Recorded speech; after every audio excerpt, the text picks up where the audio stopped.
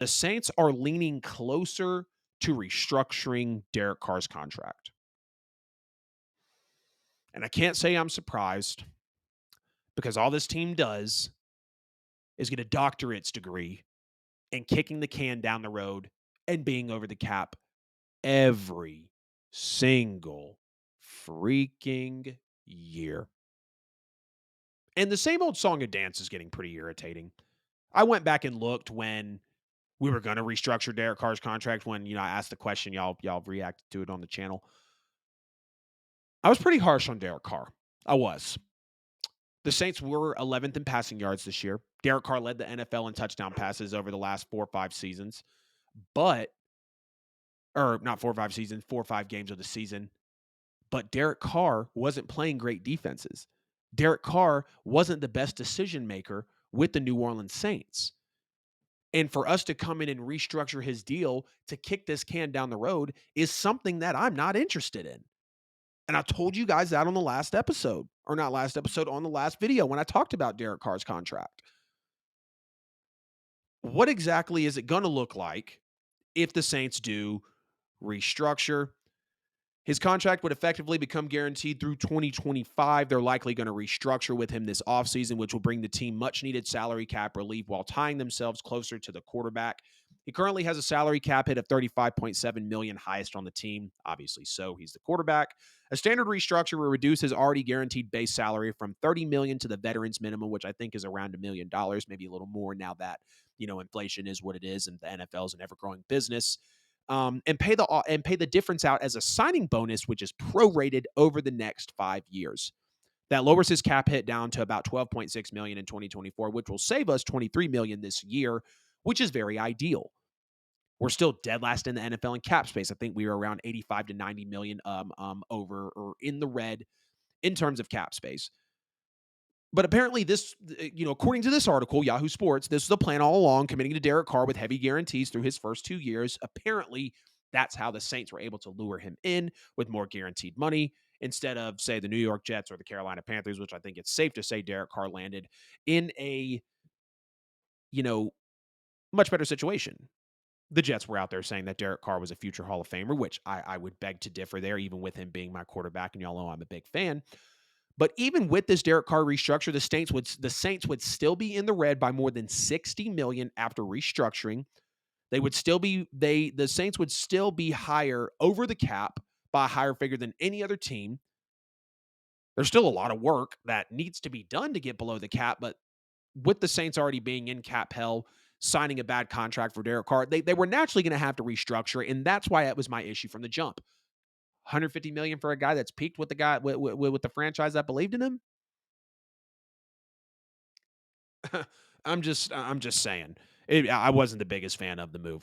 Now, let's get to the downside of restructuring Derek Carr's contract. Not only will he be here longer, because I was hoping it was 2023 and 2024, but his cap charge in 2025, which is 45.7, and 2026, which is 55.7, go even higher, increasing by about 5.7 million in each year. So let's just say, for conversation's sake, it's going to cost us about another 12 million to keep him longer.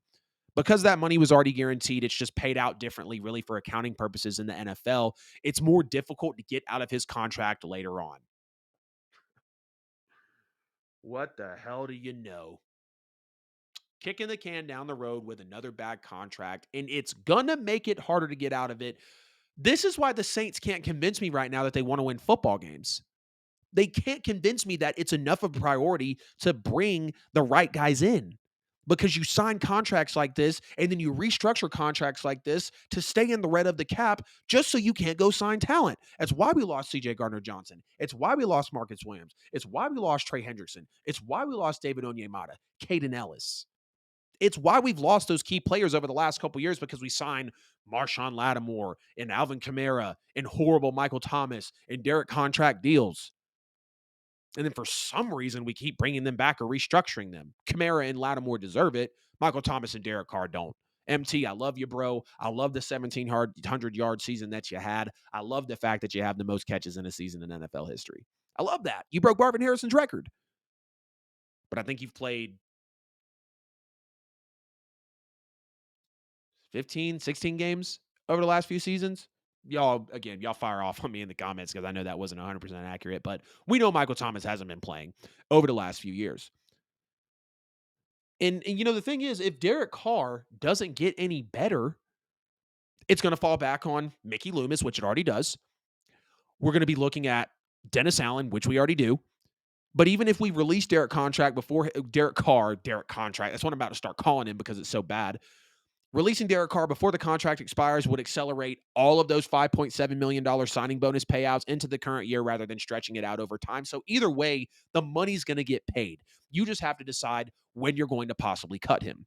But even if you look further out, if he's on the roster by March 17th of next year, 2025, then his $30 million salary for that season will become fully guaranteed. So if the Saints didn't want to pay more, which they're already wrapped into it, they'd have to move off of him. And barring that we draft our quarterback of the future this year, who would they have waiting in the ballots?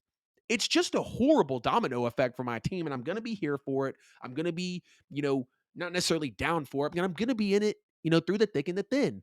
This is what it's about with being a fan. But let's say that the Saints do restructure him, which of course is what expected. That's what we know. That's what Mickey Loomis does. It puts his 2025 cap hit at more than 51.4 million. Then they're basically going to have to make a decision next year on whether they want to cut him. Salary cap's going to get him either way, or restructure him again. Which, knowing Mickey Loomis, he's going to pursue another doctorate in restructuring NFL contracts. And we're going to continue to look and wonder and think why the Sean Payton era is still here. It's not working. We knew Derek Carr was going to be on the Saints roster for this year and painfully next year as well. And I'll continue to stand on business about it. We should make Derek Carr the highest paid clipboard holder in NFL history. He's hit his ceiling. We're going to talk about Clint Kubiak here next, but I don't believe, even if I'm not going to say, a top offensive mind like Ben Johnson or Frank Smith or Kyle Shanahan came into the Saints and they couldn't make Derek Carr better, but he's already peaked. The Saints aren't going anywhere with this guy. He's going to be here through 2025. His current deal right now runs out in 2027. What is he being going to be at this point?